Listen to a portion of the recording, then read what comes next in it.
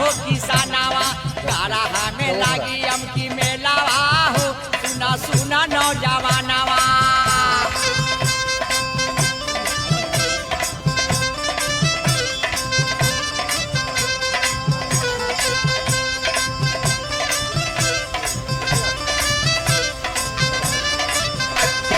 गरहा के मेलावा में हाथी घोड़ा आई है गाय भैंसी बैल सब कुछ भी कई है मवेशी पशु पक्षी सब बिकई है हो गरहा में लागी अब की मेलावा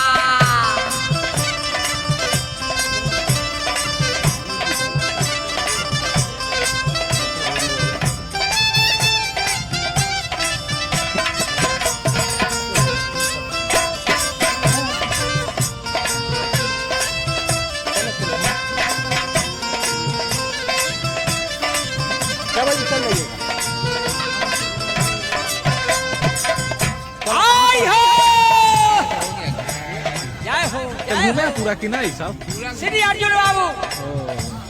जय हो मेला एवं हाट बाजार मवेशी के मेला तब और सब गाँव में हाथी घोड़ा गाय पशु पक्षी दिनांक 30 मार्च 2023 से 15 अप्रैल 2023 तक की चले वाला बा गरहा चौक विधा सनाठी नियर डीपीएस ग्राउंड मुजफ्फरपुर के प्रांगण में निवेदक भाई राम सूरत यादव वाह ये हो राजा निवेदक राम सूरत यादव बहुत बढ़िया काम पूर्व मंत्री सह विधायक और आई स्वागत करता सुभद्रा देवी व्यवस्थापक भाई भरत राय क्या बात है हंसलाल भाई सब लोग के प्यार दुलार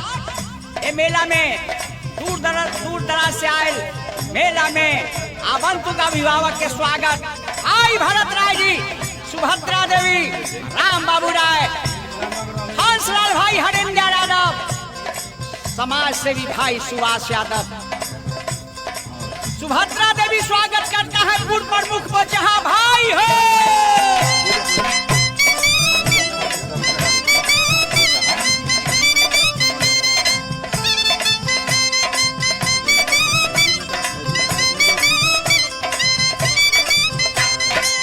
चाचा से कहिले भैया जी से कहिले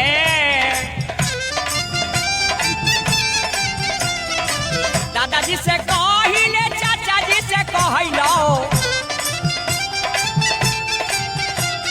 सुनलहु भैया किसानवा हो चल गरहा के मेलावा सुनलहु भैया किसानवा हो चल गरहा मेलावा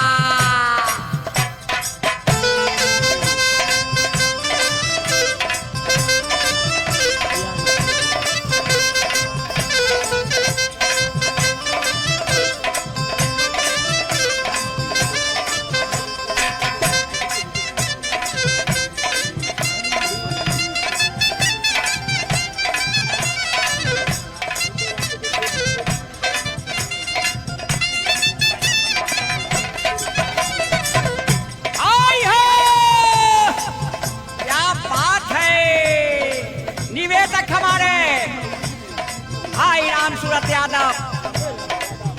सह मंत्री विधायक और आई जय हो ये मेला में रउरा से जान लिया हूं सब तरह के झूला मौत के कुआं तरह तरह के खिलौना दुर्गा पूजा भी लागे वाला बा देश के कोना कोना से एक नंबर घोड़ा तारीख 5 अप्रैल 2023 दिन बुधवार क्या बात है दंगल कुश्ती होई भाई हो महिला पुरुष के और वही दिन पुरस्कार वितरण कर जाई और तारीख 9 अप्रैल 2023 दिन रविवार के घोड़ा के रेस वही में पुरस्कार वितरण कर जाई। आई राम सूरत यादव जी आप स्वागत के लिए तहे दिल से तैयार है।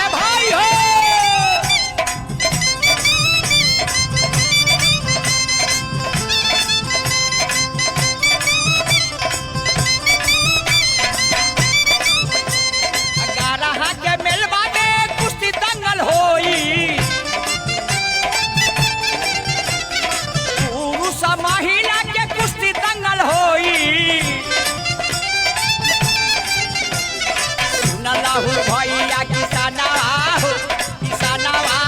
चला चला गढ़ा मेलावा सुन लहू भैया किसानवा हो चला चला गढ़ा मेलावा।